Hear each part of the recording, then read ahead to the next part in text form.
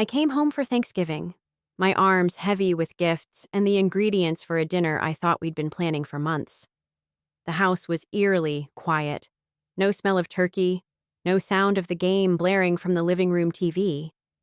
Instead, I found my husband's stepfather, Malcolm, sitting alone in a rocking chair, his tired eyes watching me with too much focus.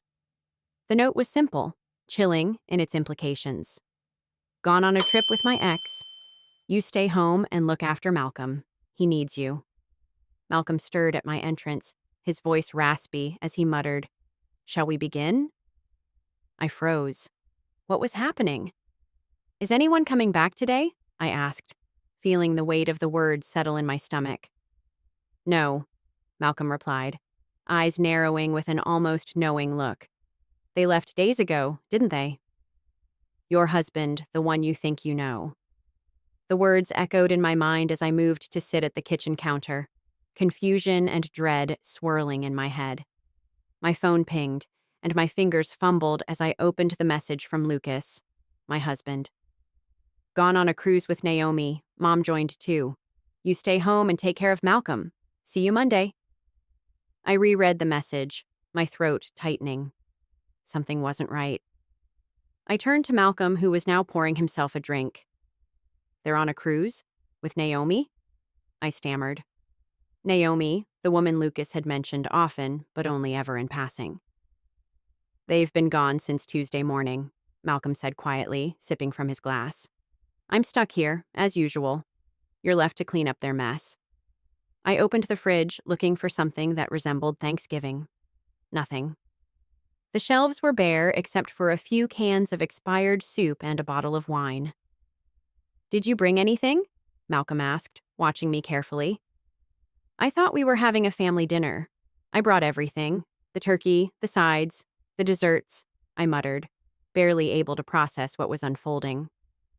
My phone buzzed again, and this time I saw the notification that shattered what was left of my expectations. An Instagram post from Naomi, tagged with Lucas.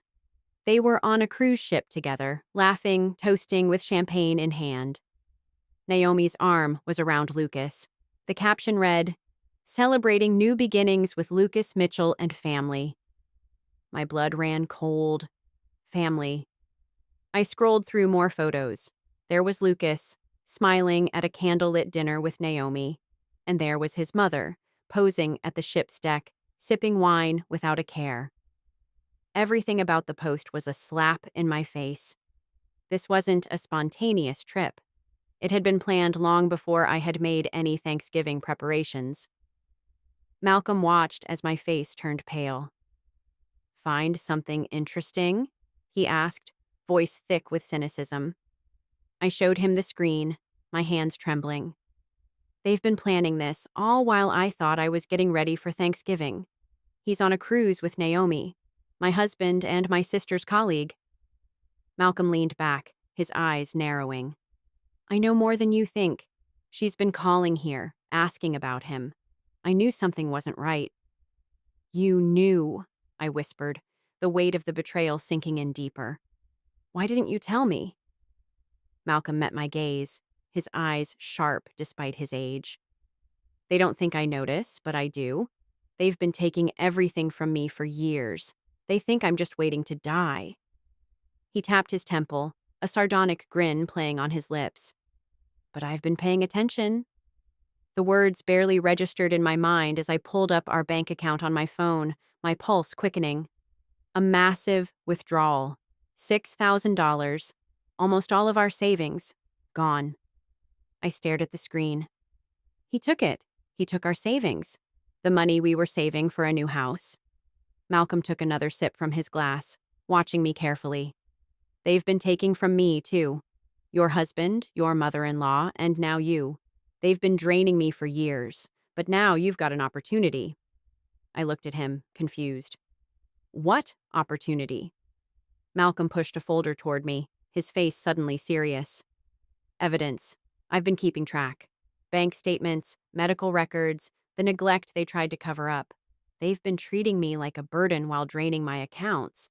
This," he tapped the folder, "is everything you need. You've got power now." They think they've left you in a mess, but they've given you everything you need. I took the folder, feeling a lump form in my throat.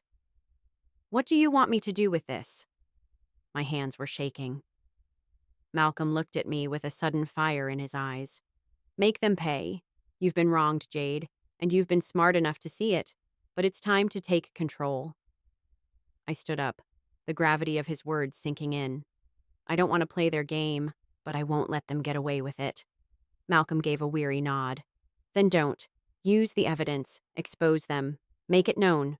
You deserve better than this. My heart pounded as I thought of what had been taken from me. Not just the money, not just the trust, but everything. My dignity, my future. And now it was time to take it back. Later that night, I drove to the grocery store, my mind reeling. I picked up a turkey, some vegetables, and the fixings. A proper Thanksgiving dinner for me, for Malcolm. Not a feast for those who had abandoned me, but for the ones who stayed. When I returned home, Malcolm had cleared the table. His frailty seemed to disappear in that moment, replaced by a quiet strength. "This is what you needed, right?" he asked, gesturing to the small, humble meal. I nodded, my heart swelling. Yes, this is exactly what we needed. We sat together in silence, eating the meal I had prepared, savoring each bite. The warmth of the food didn't fully erase the sting of the betrayal, but it brought a sense of control, of dignity. It was a small victory, but a victory nonetheless. The following day, I sat in my car outside my husband's office, the evidence in my hands. It was time to confront the truth. I'd been played, but now it was my turn to take control. The world would know the truth, and I would finally reclaim what was mine. If you found this story of betrayal and empowerment gripping, don't forget to like and share.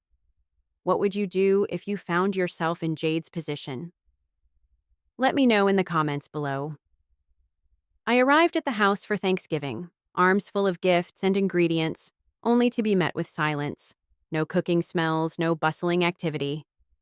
Instead, Brady's stepfather, Victor, sat alone in a rocking chair in the dimly lit living room, his eyes sharp and too aware. The note he handed me had no warm greeting, just a cold instruction. Gone on a cruise with my ex. You stay home and take care of Victor. He needs you. Confused and increasingly unsettled, I had walked into a home that felt more like an empty shell. Brady wasn't here. Neither was his mother. I thought I was arriving to a family gathering, but instead it felt like I'd been abandoned.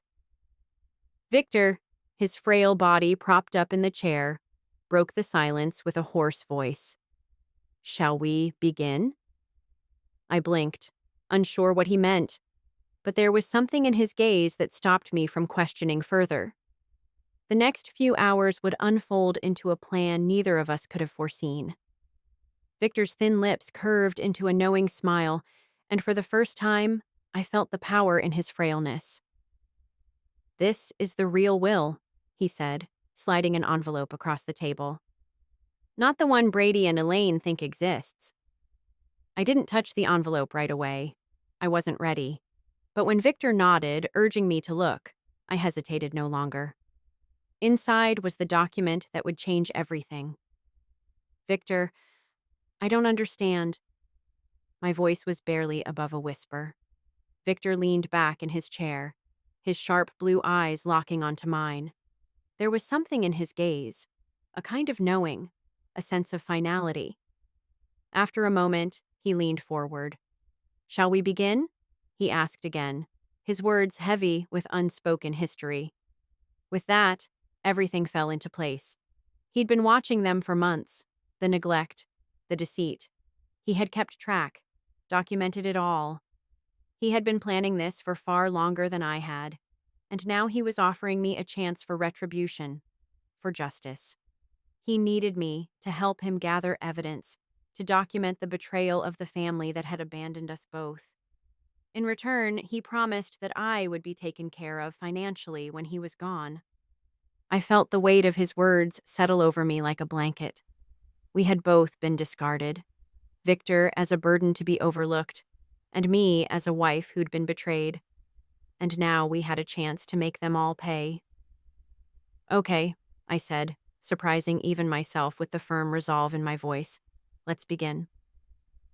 The agreement made, Victor slumped back in his chair, exhaustion weighing him down. It was as though a burden had lifted from his shoulders with the decision, but now his body, already frail from illness, was betraying him.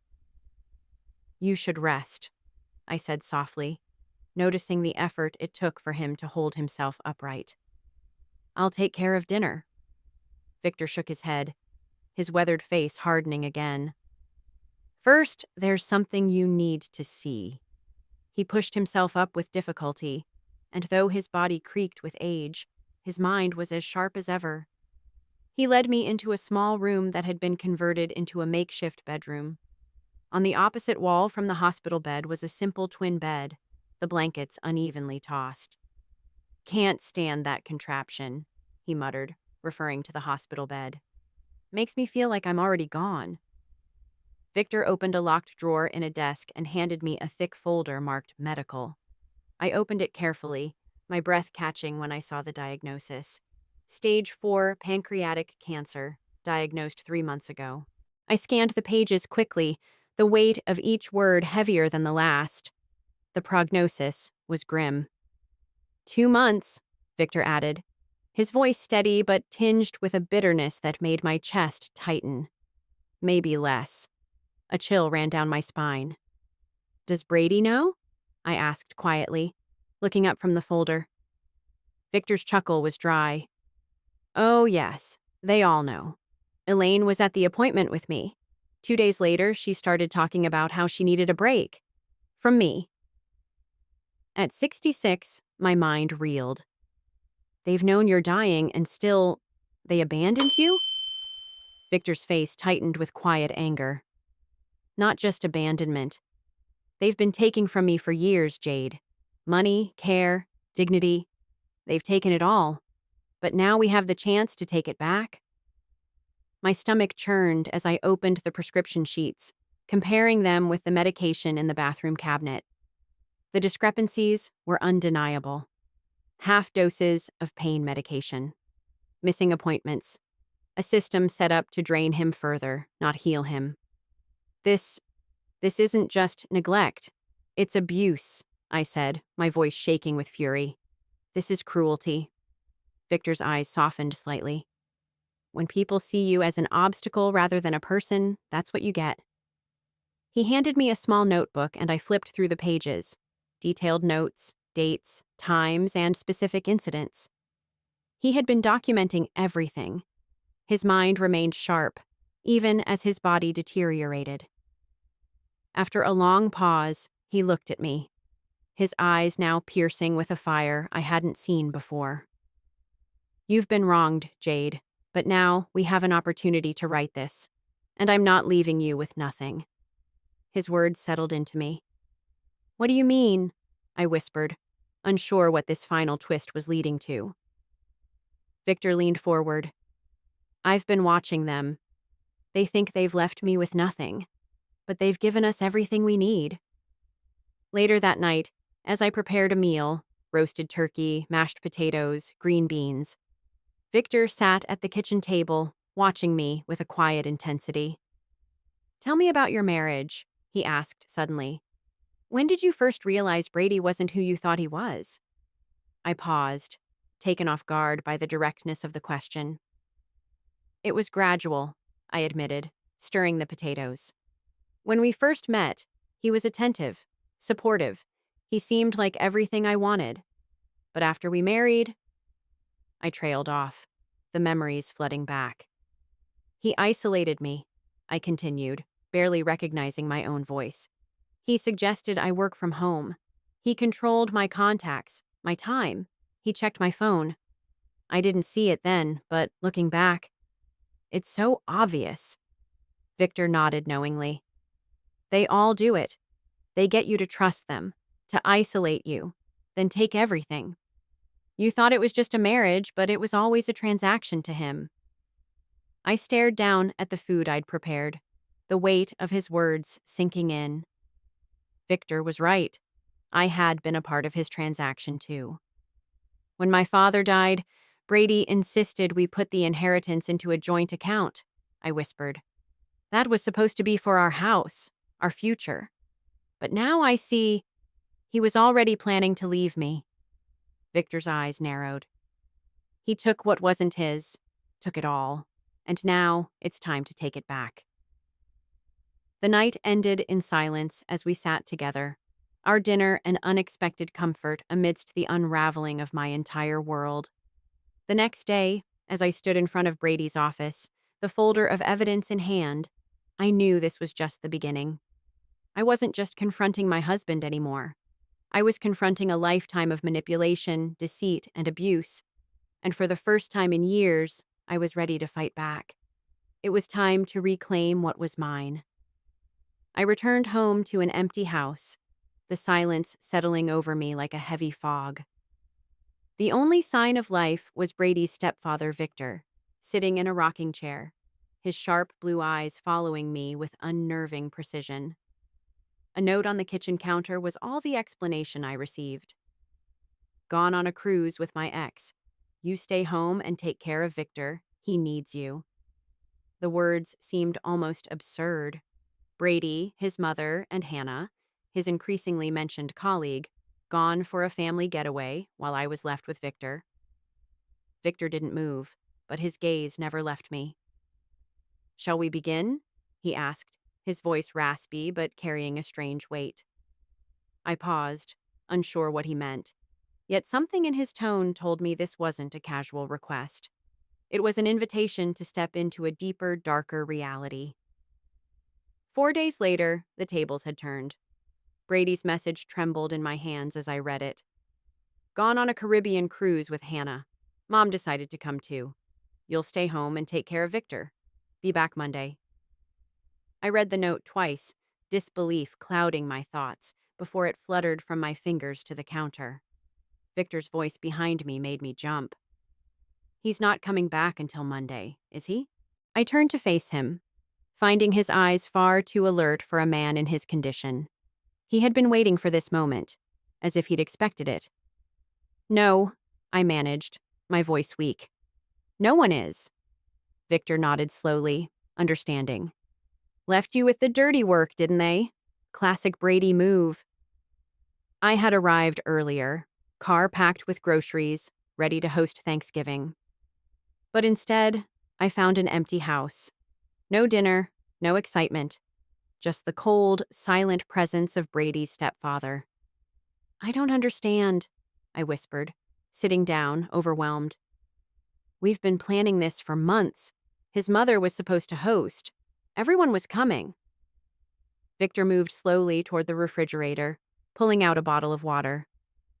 Been like this all week, he muttered, quiet as a tomb. They left Tuesday morning. Didn't even bother to stock the fridge properly. Hope you brought groceries. I hadn't. Only a few ingredients for the dinner I'd planned. Nothing to sustain us for an abandoned holiday. My phone pinged and my heart leaped at the thought that it might be Brady. But instead, it was an Instagram notification. I opened the app with trembling fingers and froze. There, on a cruise ship deck, stood Brady with his arm around Hannah, his work colleague.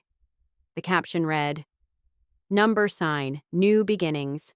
Caribbean getaway with Brady Mitchell and family. Family. The word hit me like a slap. I scrolled through more photos. There was Brady's mother, Elaine, smiling with a cocktail in hand, looking anything but tired. Another photo showed Brady and Hannah at a romantic dinner, the timestamp from 2 days ago, just days after Brady had told me about his mother needing a break. Victor studied me carefully, his voice soft but knowing. Hannah's been in the picture for at least 3 months. She's called here asking for Brady several times. Pretty voice, terrible laugh. I turned to him in shock. You knew? Victor gave me a look, tapping his temple with a gnarled finger. Mine's still sharp. They don't think I notice, but I do. I stared at the phone screen, my mind whirling. Brady and Elaine had been taking from me my trust, my time, and now my money. A quick check of our bank account confirmed it. A $5,200 withdrawal, almost our entire savings, gone. The money we'd planned to use for a house, a future. Victor's expression grew harder. They've been doing the same to me for years, Jade, taking little bits here and there. For your care, they say. Meanwhile, they buy themselves what they want and leave me with the scraps. I felt a sick realization settle in my chest. This wasn't just about Thanksgiving. This wasn't just an affair or a stolen holiday. This was betrayal on a far deeper level. It was neglect. It was abuse. It was a family that saw us as nothing more than obstacles to be discarded. My phone rang. Leah, calling to wish me a happy Thanksgiving. I silenced it, unable to explain the humiliation I was now experiencing. Leftover soup? Victor asked quietly, his voice tinged with resignation. Not much of a Thanksgiving feast, but it'll do. I looked around the kitchen, dirty dishes in the sink, takeout containers strewn about. They hadn't even bothered to clean up before they left. No, I said firmly, shaking my head. We deserve better than this. I grabbed my coat and purse, determined. I'm going to the grocery store. They might still have turkey breasts and potatoes. We're having a proper meal today. Victor looked at me, surprised but pleased. Haven't had a home-cooked meal in months. Brady always brings fast food when he bothers to come by. The grocery store was a blur of motion as I pushed my cart down aisles, barely registering the other shoppers around me. I was calculating, planning. How long had Brady been planning to leave me? Was our entire marriage just a convenience to him? A way to buy time until something, or someone, better came along?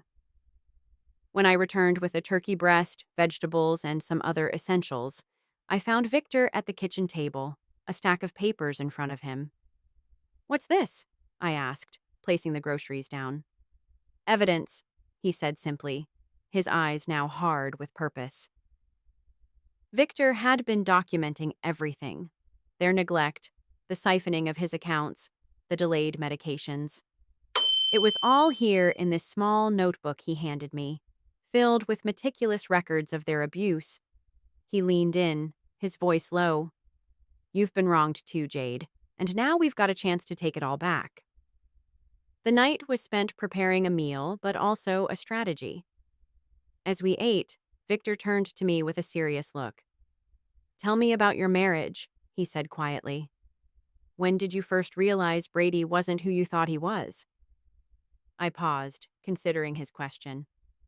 It was gradual, I admitted. At first, he was supportive.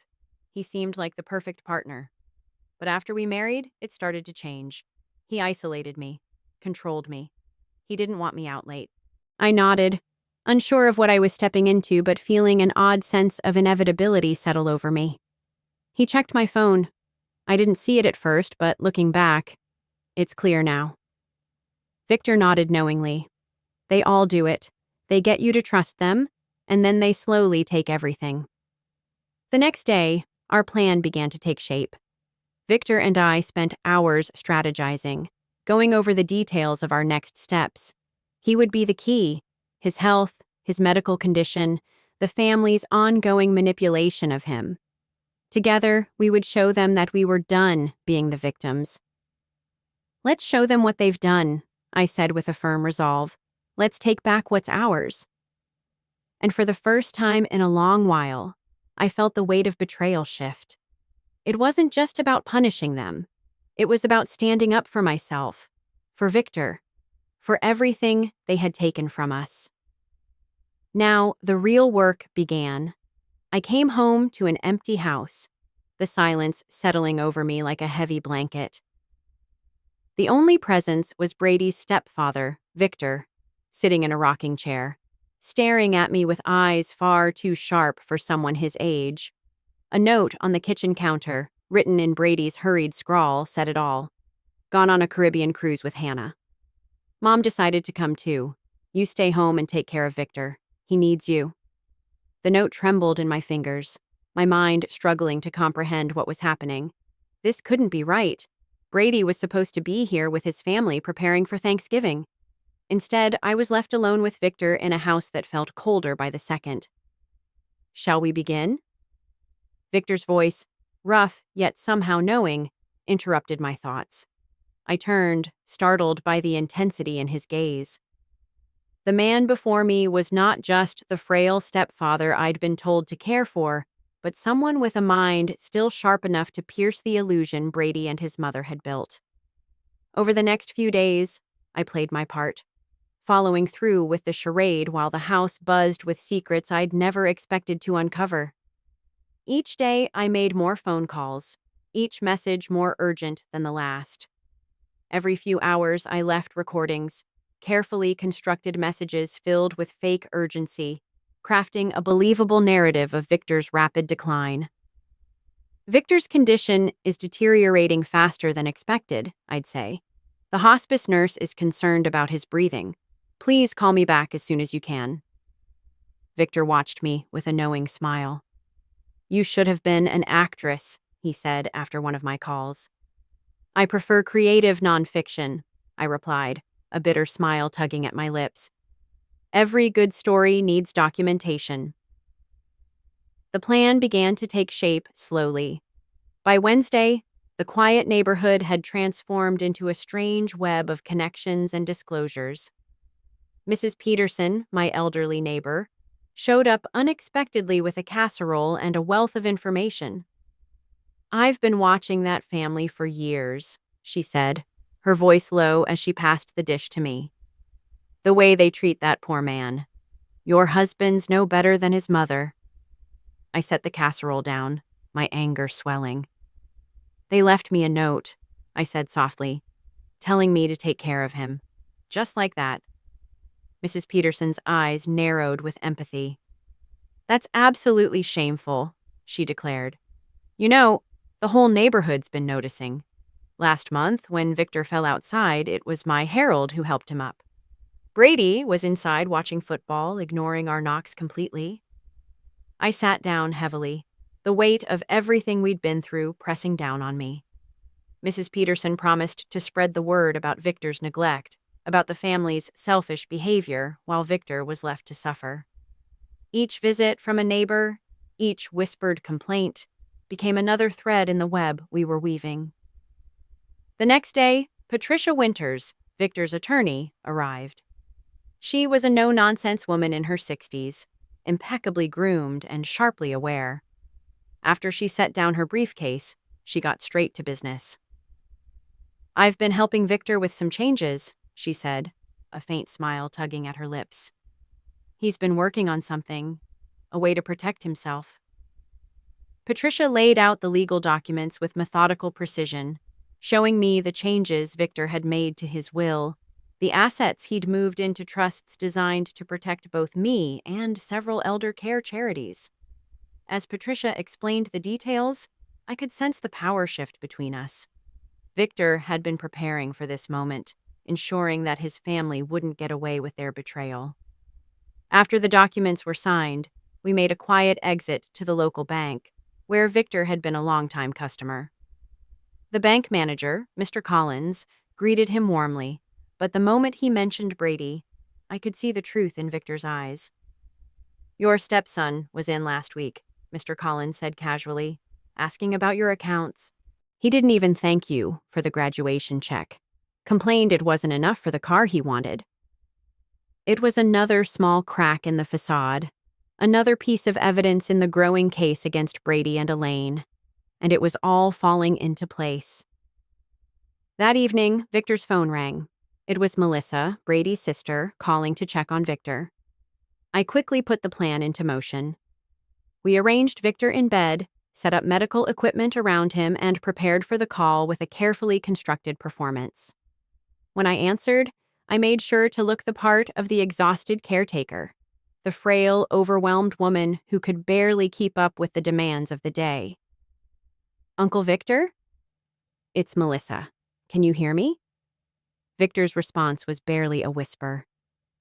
Melissa, is that you? Melissa's concern seemed genuine at first, but what came next made my stomach churn. Should we come home early? Is he going to make it until Monday? I turned the camera back to my face, fighting the disgust that bubbled up inside me. It's hard to say.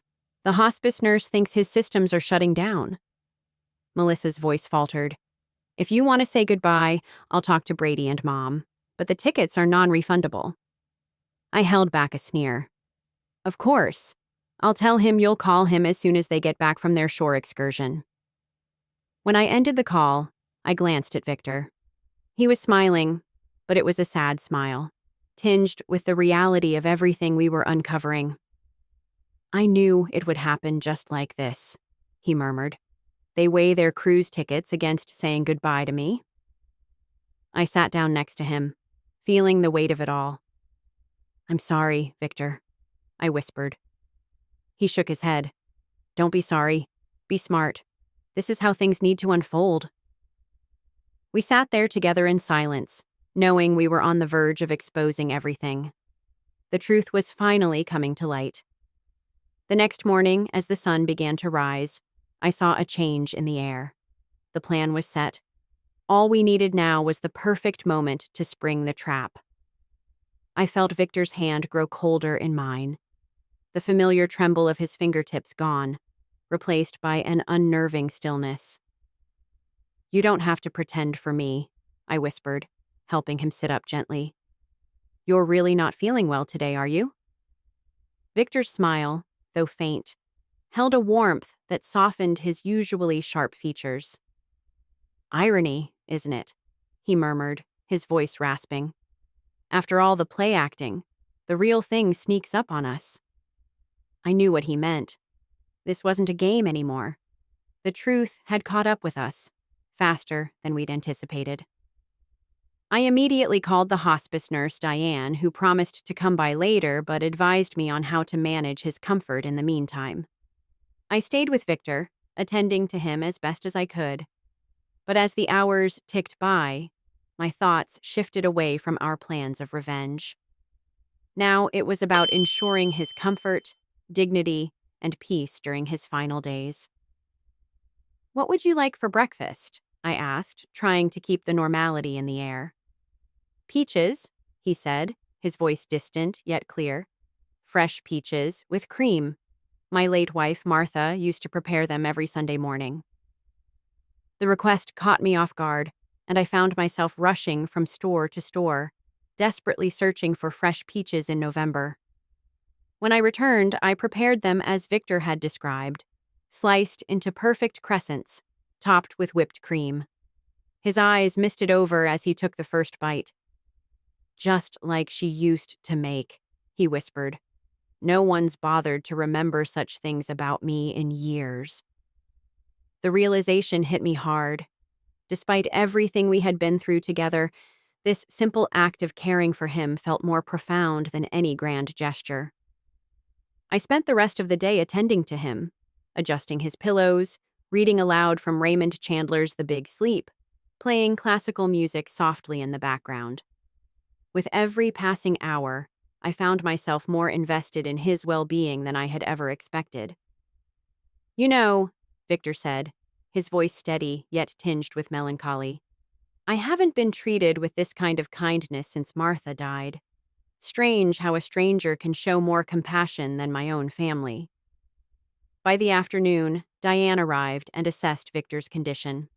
Her somber tone confirmed what I had already known. His organs were shutting down, and it was happening faster than anyone had anticipated. I'd say he has hours, maybe a day at most, she said gently, her eyes filled with sympathy. Should I call the family? I asked, unsure whether to follow through with our plans or to allow for some last-minute reconciliation. Diane shook her head. At this point, it should be about his comfort, not theirs. If they've chosen not to be here, let them stay gone. Her words hung in the air like an unspoken truth. Victor had already made his decision, and now it was my turn to honor it. When Victor and I were alone, he reached for my hand. His grip was weaker than it had been just hours earlier, but there was still a sense of clarity in his gaze. "Don't call them," he said firmly. "They made their choice, but we need to finalize some matters." I nodded, knowing what had to be done. Victor asked me to call Patricia Winters. It was time for the final steps. Within the hour, Patricia arrived with a notary named Thomas. As they set up, Victor remained remarkably alert, as if drawing on his last reserves of energy for this final task. "Are you sure you're up for this?" Patricia asked, clearly concerned by Victor's appearance. "More certain than ever," he replied with surprising strength. "Death has a way of clarifying priorities." The documents were finalized, officially transferring control of his hidden assets to me, as well as specifying charitable donations to elder abuse prevention organizations. The new will, now clearly stating Brady's abandonment as the reason for his disinheritance, left no room for doubt. Then Victor dictated a letter, a message to be read to the family after his death. What emerged from his lips wasn't the angry rant I had expected, but something far more powerful. A simple expression of disappointment and deep hurt. "By the time you read this, I will be gone," he began, his voice gaining strength with each word. "Not that my presence or absence seemed to matter much to you in recent years." He detailed the neglect, not with accusations, but with the quiet authority of facts. Holidays spent alone while they vacationed, medical appointments canceled, dismissive comments about waiting for the old man to die. "I don't write this from anger," Victor continued, "but from a place of clarity that comes when one faces the end. The greatest pain in life is not illness or even death, but the realization that those you loved saw you only as an obligation, a task to be managed, an inconvenience to be tolerated." By the time Victor finished his message, even Thomas, the notary, had tears in his eyes. Patricia, though usually stoic, reached for Victor's hand, her expression one of empathy and understanding. "We'll make sure they hear every word," Patricia promised quietly, after Victor had signed the final document. That evening, Victor asked for his old video camera, wanting to record one final testimony. As I set it up, he dictated his story, methodically, with clarity, describing the years of gradual neglect and his decision to leave everything to me, his only true ally in this entire ordeal. "Jade showed me more dignity in 4 days than my family did in 4 years," he said, his voice steady, unwavering. By the time he was finished, the weight of his words was undeniable. As the evening stretched on, I helped Victor to his favorite chair by the window, where he could see the fading daylight. "There's a bottle of port in my study," he said, gesturing weakly to the room behind him. "Martha and I were saving it for our 50th anniversary." I found the dusty bottle and poured 2 glasses, one for him, one for me. "To justice," Victor said with a raspy breath, raising his glass. "To dignity," I added, clinking my glass with his. We sat in the dimming light, surrounded by memories, Victor occasionally dozing while I read aloud. There was no talk of revenge or last-minute confessions. The night slipped away in quiet, peaceful companionship. Around midnight, I noticed Victor's breathing had changed. He had slipped into a deeper, more peaceful sleep. I set aside my book and simply held his hand, watching as his breath slowed and eventually stopped. There was no drama, no final burst of words, just a quiet, dignified end to a long, painful journey. The following morning, I called Diane, who arrived promptly to confirm Victor's passing. She was surprised at how serene he looked, commenting, "He looks like he simply fell asleep." I nodded. He did, after reading Raymond Chandler and drinking 50-year-old port. Later, I made the necessary calls to the funeral home Patricia had recommended, but it was clear to me that Victor's final days had been more meaningful than anything I had experienced in years. The weight of the betrayal, the guilt, the neglect, everything had been acknowledged, and now, it was time to set things right.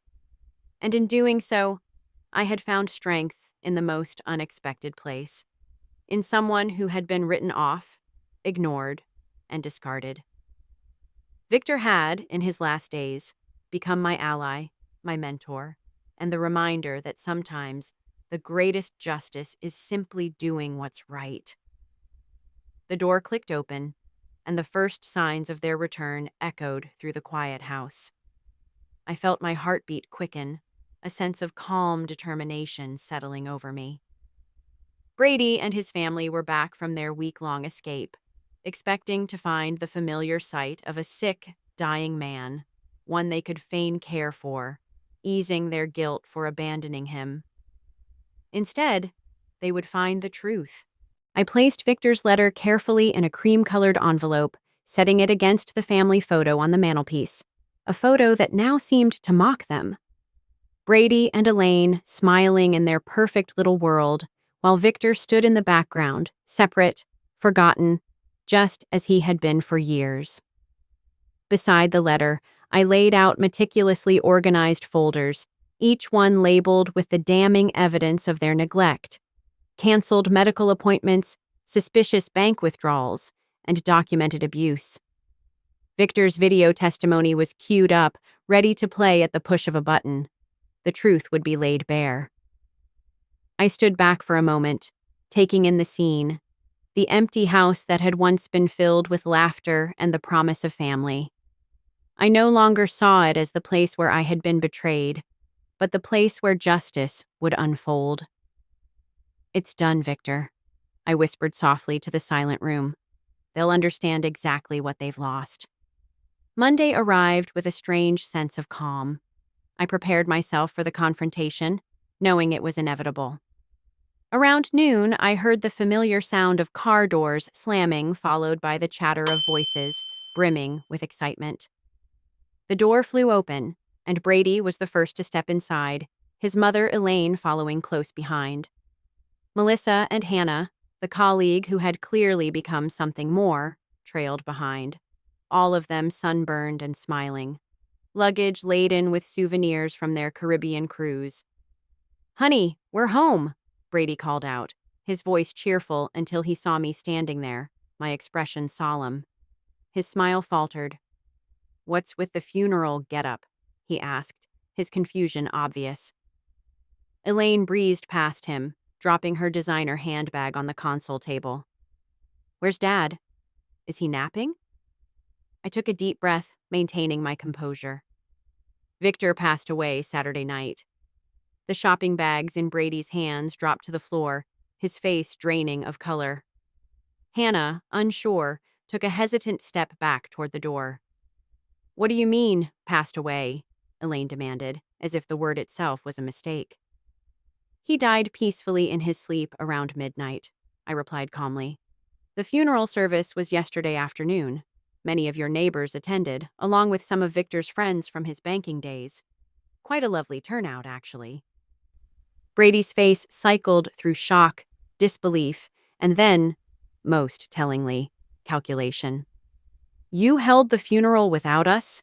Without his family?" I met his eyes directly. "His family was invited. I left multiple messages about his declining condition. You chose not to respond." Melissa stepped forward, her face pale beneath her tan.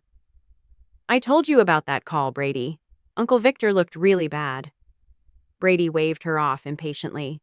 This is unbelievable. We need to sit down." "Yes," I agreed, gesturing toward the living room. "We do." They filed in silently, each of them hesitating as they approached Victor's empty rocking chair. It stood still, like a reminder of the man they had discarded. "There are some things you need to know," I began, picking up the cream-colored envelope. "Victor left this letter to be read to you upon your return." Elaine, ever the skeptic, cut me off. "Did he change his will? Is that what this is about?" I met her eyes directly. "Perhaps you should hear his words first." I unfolded the letter, reading Victor's message aloud. His disappointment, his hurt, flowed through my voice. The holidays spent alone, The doctor's appointments canceled for convenience. The overheard comments about waiting for the old man to die. As I read, I watched their reactions. Elaine's face hardening, Brady fidgeting, avoiding eye contact, and Melissa growing increasingly uncomfortable. The greatest pain in life, I read, is not illness or even death, but the realization that those you loved saw you only as an obligation, a task to be managed, an inconvenience to be tolerated. When I finished, the room was thick with silence. The weight of Victor's words hung in the air, and I could see their discomfort, the guilt simmering just beneath their surface. "This is ridiculous," Elaine declared. "Some end-of-life ramblings from a sick old man don't change the legal realities. Brady is his next of kin and—" "Actually," I interrupted, "there's more you should see." I led them to the dining room where the meticulously organized evidence awaited. Brady's eyes widened as he took in the folders, each one filled with damning documents. "What is all this?" he demanded, his voice rising with panic. "Evidence," I replied simply, "of financial exploitation, medical neglect, and abandonment." I opened the first folder, revealing bank statements with highlighted transfers. Victor kept detailed records of every dollar taken from his accounts for supposed care expenses that were never provided. Elaine snatched up one of the statements, her eyes scanning the details with increasing frustration. "This is nothing. You've manipulated these." "I think you'll find that's not the case," I said coldly, pulling out more documents. Canceled appointments, falsified care records, and conversations they thought no one would ever hear. "Where is all this from?" Brady asked, his voice shaky. "From Victor's meticulous record-keeping," I answered, "and from your abandonment." As the reality of what they had done settled over them, the tension in the room was palpable. Each piece of evidence was a blow to their carefully constructed world. They had underestimated me, but more importantly, they had underestimated Victor, whose quiet dignity in his final days would now ensure they faced the consequences of their betrayal. Brady looked to his mother, who was now visibly shaken. "What do we do now?" I looked at them both. "You can leave. The consequences are clear, and the truth has been revealed." The room grew quieter as they processed everything. There was no fight left in them, no deflecting or manipulating. This was the moment of reckoning. They had thought they could abandon Victor, and in doing so, abandon me. But they had underestimated the power of justice and the lengths to which I would go to ensure it. As they left the house, their shoulders heavy with the weight of their own actions, I stood there in the silence. The house no longer felt like a place of betrayal. It felt like a place of closure. I had not only reclaimed the control they had tried to strip from me, but I had also given Victor the dignity he had been denied for so long. For once, I felt at peace. The doorbell rang just as the tension in the room reached its peak. The noise seemed to cut through the chaos, and I allowed myself a small moment of satisfaction before I moved to answer. Standing at the door were Patricia, as composed as ever, and a man I hadn't seen before, Thomas, the notary. "Am I interrupting?" Patricia asked, her calm tone betraying none of the urgency I felt. "Not at all," I replied, stepping aside to let them in. The family has just returned and was reviewing Victor's final message.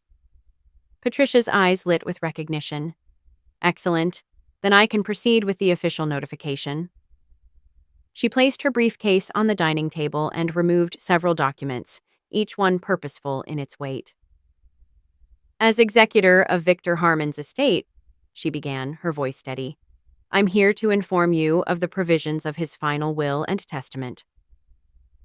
Brady, who had been absorbing the shock of the situation, straightened himself up, a smug smile creeping onto his lips. "Fine, let's get to the point," he said, clearly eager to move past the discomfort of the situation. Patricia adjusted her glasses and continued. "The will is quite straightforward. Victor Harmon has left the entirety of his estate to Jade Mitchell, with provisions for substantial donations to several elder abuse prevention organizations. The stunned silence that followed was broken only by Elaine's shrill voice. That's impossible. We're his family. The will explicitly cites abandonment and neglect as reasons for disinheritance, Patricia explained calmly.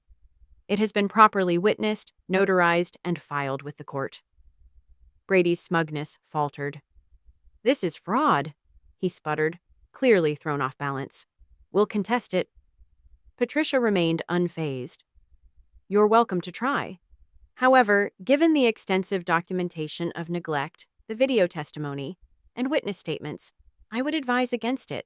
You'd only be spending money you don't have. What do you mean, money we don't have? Elaine demanded. Patricia exchanged a knowing glance with me before continuing. The properties you currently occupy, including your primary residence, belong to the Harmon Family Trust, which is now under Jade's control as trustee. Furthermore, the investment accounts you've been drawing from have been frozen pending audit for potential financial abuse. Brady's face drained of color. That's not possible. The house is mine. Dad promised. Victor promised. I cut in sharply. Victor promised nothing. You assumed, and there's a difference. The weight of those words sank in. Brady had spent the family's savings on a cruise, banking on his inheritance to cover mounting debts. Now that safety net had been pulled out from under him. What about our college funds? Melissa asked in a small voice. Grandpa set those up for us. Brady couldn't meet his sister's eyes. Patricia answered gently. Victor provided funds to your father for that purpose several years ago. However, those accounts were never established. Melissa's eyes widened with realization. You spent our college money? The room erupted into accusations and denials.